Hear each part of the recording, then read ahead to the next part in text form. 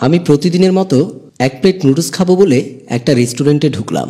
দেখছি আমার পাশের টেবিলে বসা একটি মেয়ে দেখতে খুব সুন্দর, মায়াবী চেহারা, বসে বসে কান্না করছে। একটা লোক পাশে বসা বলল, তোকে মানা করেছি কান্না না করার জন্য, চুপ কর। তোকে নিয়ে এখন যেখানে যাব ঠিকঠাক মতো কাজ করবি, নইলে ওরা তোকে মেরে ফেলবে। আমি নুডলস খাচ্ছি আর ওদিকে নজরটা লাগালাম। আমি বুঝতে পারলাম মেয়েটি কোনো বদমাইশের পাল্লায় পড়েছে। এবার আস্তে আস্তে কান্না করছে। দেখে মনে হচ্ছে পৃথিবীর সব দুঃখ ওর ভেতরে। কিছুক্ষণ পর লোকটার আবার একটা ফোন আসলো। লোকটা উঠে কথা বলতে বলতে বাইরের দিকে গেল। আমি এরকম একটা সুযোগের অপেক্ষায় রইলাম। আস্তে করে মেয়েটির পাশে গিয়ে বসলাম। মেয়েটিকে জিজ্ঞেস করলাম, কোনো সমস্যা? মেয়েটি মাথা নেড়ে বলল, না, সমস্যা থাকলে আমাকে বলতে পারেন, আমি আপনাকে হেল্প করব। মেয়েটি কান্না করেই যাচ্ছে। সমস্যার কথা বলে কি হবে? যে সমস্যার কোনো সমাধান নেই, আগে বলবেন তো, দেখব সমাধান করা যায় কিনা। এবার মেয়েটি বলল, আমাকে বিক্রি করে দিয়েছে একটি খারাপ জায়গায়, সেখানে আমাকে নিয়ে যাওয়া হচ্ছে। আপনাকে কে বিক্রি করে দিয়েছে? আর আপনার পরিবারের কে কোথায় থাকে? মেয়েটা এবার আমাকে বলল, আমার পরিবার বলতে কেউ নেই, আমি এতিম। যারা আমাকে বিক্রি করে দিয়েছে তাদের মধ্যে আমি কাউকে চিনি না। এদের মধ্যে একজন পুলিশ ছিল। এমন সময় লোকটি ভেতরে আসছিল। আমি দেখে সরে আমার সিটে গিয়ে বসলাম। মনে মনে ভাবলাম, মেয়েটাকে আমি কোনো হেল্প করতে পারবো না, আমি কোনো সমস্যায় পড়ে যাব। লোকটার কাছে এসে রেস্টুরেন্টের ওয়েটারকে বললাম, ওয়াশরুম কোন দিকে? ওয়েটার বলল, ওই তো সামনে স্যার। লোকটা এবার মেয়েটিকে হাতে ধরে ওয়াশরুমের কাছে গেল। আমিও পেছন পেছন গেলাম। তুমি এখানে দাঁড়াও, আমি ওয়াশরুম সেরে বের হচ্ছি। আমি চেয়ে দেখলাম, বললাম, তোমাকে বাঁচতে হলে পালাতে হবে। মেয়েটি আমাকে বলল, পালিয়ে যাব কোথায়? তাছাড়া এই লোকটা তো আমাকে সারাক্ষণ নজরে রাখে। ঠিক ওই মুহূর্তে আমার মাথায় একটা বুদ্ধি আসলো। আমি বললাম, যাবে কোথায় এটা পরের সাবজেক্ট, আগে এখান থেকে বের হই। আমি আস্তে করে ওয়াশরুমের দরজার সিট কিনে লাগিয়ে দিলাম। তারপর দুজনেই ওখান থেকে সরে গেলাম। তারপর দুজন রেস্টুরেন্টের গেটে দাঁড়ালাম। মেয়েটি আমাকে প্রশ্ন করলো, আমরা এখন কোথায় যাব? আমার কিন্তু ভীষণ ভয় করছে। জানেন, আমার জীবনে আমি কোনোদিন ভালো মানুষের দেখা পাইনি। ভালো মানুষ দেখতে কেমন হয় সেই রংটাও আমার জানা নাই। আমি মনে মনে ভাবলাম, আমিও মেয়েটাকে নিয়ে কোথায় যাব? তারপর বুকে সাহস নিয়ে বলে ফেললাম, আমার দাদার বাড়ি যাব। এবার বললাম, তোমার আপন বলতে পৃথিবীতে কেউ নাই? সে বলল, আমার জন্ম কোথায় হয়েছে সেটাও জানি না। আমার বুদ্ধি হওয়ার পর থেকে আমি এতিমখানায়। আমি মোবাইলটা বের করলাম। আমার চাচাতো ভাই রফিককে ফোন দিলাম। ফোন রিসিভ করে বলল, ভাইয়া কেমন আছেন? আমি বললাম, ভালো আছি, আমি আজকে বাড়িতে আসছি, একটা মেয়ে আছে আমার সাথে। রফিক ওপাশ থেকে বলল, মেয়েটা কি? আমি বুঝেছি। ফোনটা কেটে দিল। তারপর আমি ওকে নিয়ে রওনা হলাম আমার বাড়ির দিকে। আমি বাড়িতে ঢুকলাম। আমার চাচাতো ভাই আর আমার চাচাতো বোন তাদেরকে নিয়ে আমার দাদা ড্রয়িং রুমে বসেছিল। আমি ঢোকা মাত্রই, রফিক আইছে? আমাকে বলল, কনগ্রেচুলেশন, কেমন আছেন ভাইয়া? নতুন ভাবিকে অভিনন্দন। এই কথা শুনে কান্না করতে লাগলো মেয়েটি। আমার চাচাতো বোন দৌড়ে আসলো, এসে মেয়েটিকে নিয়ে রুমে চলে গেল। আমরা কেউ গ্রামে থাকি না। আমার আম্মু আর আমার আব্বুর সাথে দাদা দীর্ঘদিনের অভিমান, কারণ তারা প্রেম করে বিয়ে করেছিল। আমি আসাতে দাদা অনেক খুশি। দাদা উঠে আমাকে জড়িয়ে ধরলো। আমি ওদের সাথে একটু কথা বলে আমার রুমে চলে গেলাম। আমি একটু ফ্রেশ হয়ে রুম থেকে বের হচ্ছি। এমন সময় আমার চাচা চলে আসলো। আমার চাচা এখানে স্থানীয় কাজী। ছোট ভাই রফিক সহ সবাই ওখানে বসা, একে অপরকে বলা বলি করছে। মেয়েটা খুব সুন্দর, খুব ভদ্র।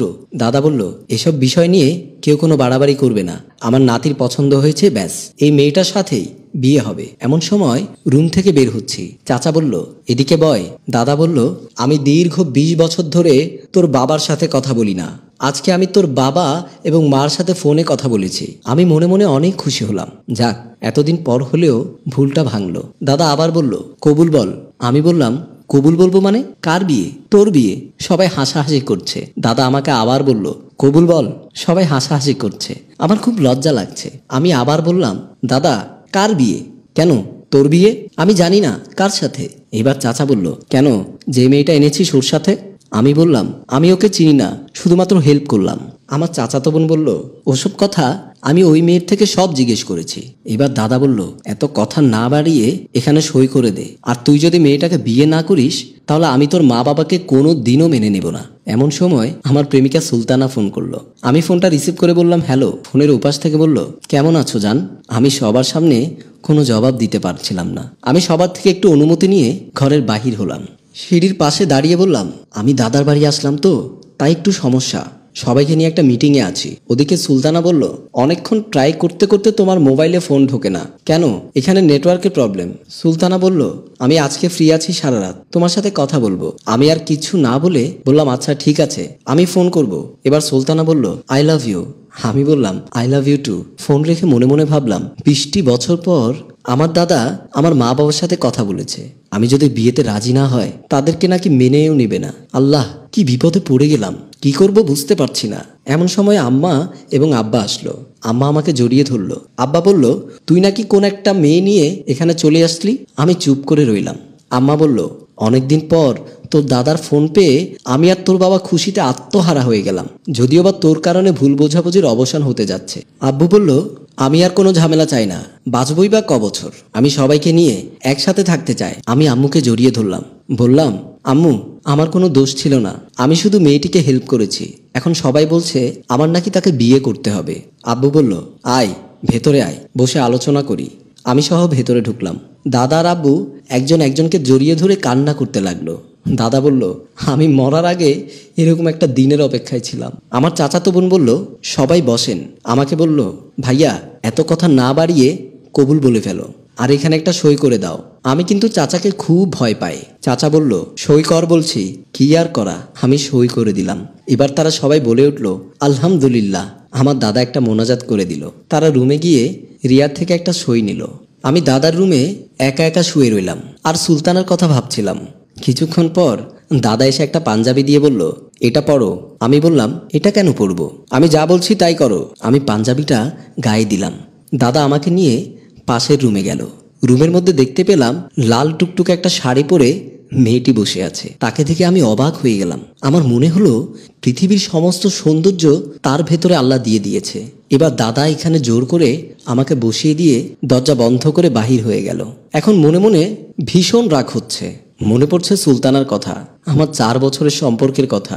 এবার আমাকে সালাম করলো। পাশ থেকে এক গ্লাস দুধ ছিল। আমি বললাম, আমি দুধ খাবো না। ওর হাত থেকে গ্লাসটা নিয়ে আমি পাশে রেখে দিলাম। আমি রিয়াকে বললাম, তোমার সাথে আমার কিছু কথা ছিল।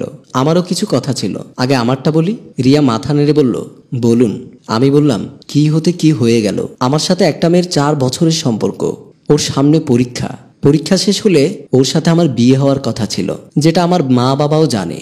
রিয়া আমাকে বলল, আল্লাহ যা করে ভালোর জন্যই করে। আমি বললাম, কিছুদিন পর তোমাকে আমি ডিভোর্স দিয়ে দিব, কোনো একটা চাকরির ব্যবস্থা করে দেব, তুমি যাতে ভালোভাবে খেতে পারো, থাকতে পারো, সেই ব্যবস্থা আমি করে দেব। রিয়া আবার মাথা তুলে আমার দিকে তাকিয়ে বলল, বিয়ে হতে না হতেই ডিভোর্সের কথা? আপনি একটিবার আমার দিকে মায়ার নজরে দেখেন, আমি নিশ্চিত আপনার ভালো লাগবে। নতুন করে কি আর দেখব, সব রাস্তা তো তোমাকে দেখে দেখেই আসলাম। রিয়া বলল, আপনি যখন আমার একটা বড় উপকার করেছেন, আমি আপনার একটা উপকার করব। আমি বললাম, কি উপকার করবে? রিয়া বলল, উপকারটা হলো আপনি যে ডিভোর্সের কথা বলছেন সেটা আমি মেনে নিলাম।